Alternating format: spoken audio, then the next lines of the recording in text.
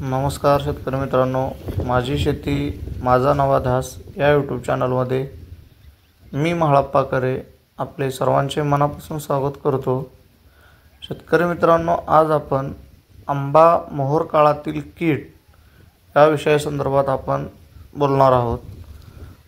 तर शेतकरी मित्रांनो, आज आपण आंबा मोहोर काळात जी मोहरावरती जी लागणारी कीड आहे किंवा मोहरावरती जे होणारे वेगवेगळे रोगांचे प्रादुर्भाव आहेत ते आपण या व्हिडिओच्या माध्यमातून आज तुम्हाला मी सविस्तर दाखवणार आहे।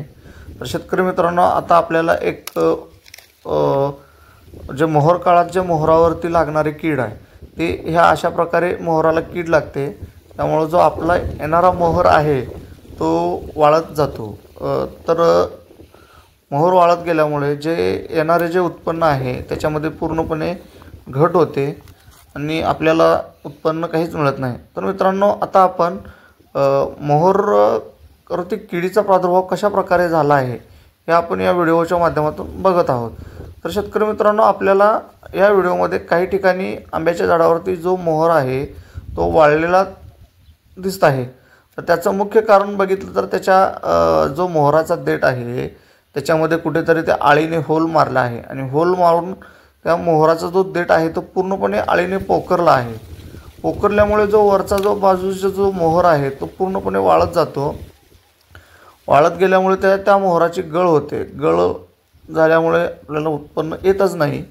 तर अशा प्रकारे काही झाडांवरती होल दिसत होते आपल्याला, तर आपण बारीकसं लक्ष देऊन बघितल्यामुळे ते दिसले। हे बघत असताना हे ओळखायचं कसं? तर मित्रांनो, काही ठिकाणी तुम्हाला मोहर वाळलेला दिसेल किंवा काही ठिकाणी मोहराच्या देठाला कुठेतरी आळीनं कुरतडून ते एक भुशासारखी घाण तयार केलेली असते। तिथं तर जर तुम्ही बारीकसं लक्ष देऊन पाहिल्यामुळे ती तुम्हाला भुशासारखी घाण दिसेल। तर अशा किडींचे जर प्रादुर्भाव तुम्हाला जर पूर्णपणे थांबवायचे असतील तर योग्य त्या कीटकनाशकांची फवारणी घेणं तुम्हाला गरजेचं असतं। काही कीटकनाशकांची आंतरप्रवाही पण तुम्हाला घ्यावी लागते। तर शेतकरी मित्रांनो, अशा प्रकारे आपण या बागेत मोहर कुरतडणारे अळी या संदर्भात तुम्हाला पूर्णपणे डिटेल्समध्ये दाखवत आहे।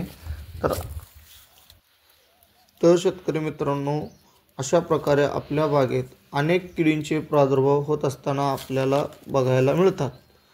तर या किडींचे प्रादुर्भाव योग्य वेळी नायनाट केले पाहिजे।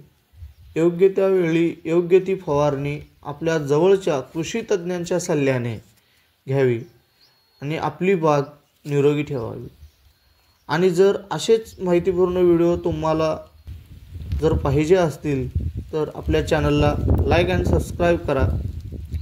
तर मित्रांनो, आजच्या व्हिडिओमध्ये इथेच थांबूया आणि पुन्हा भेटूया एका नवीन व्हिडिओसोबत। धन्यवाद।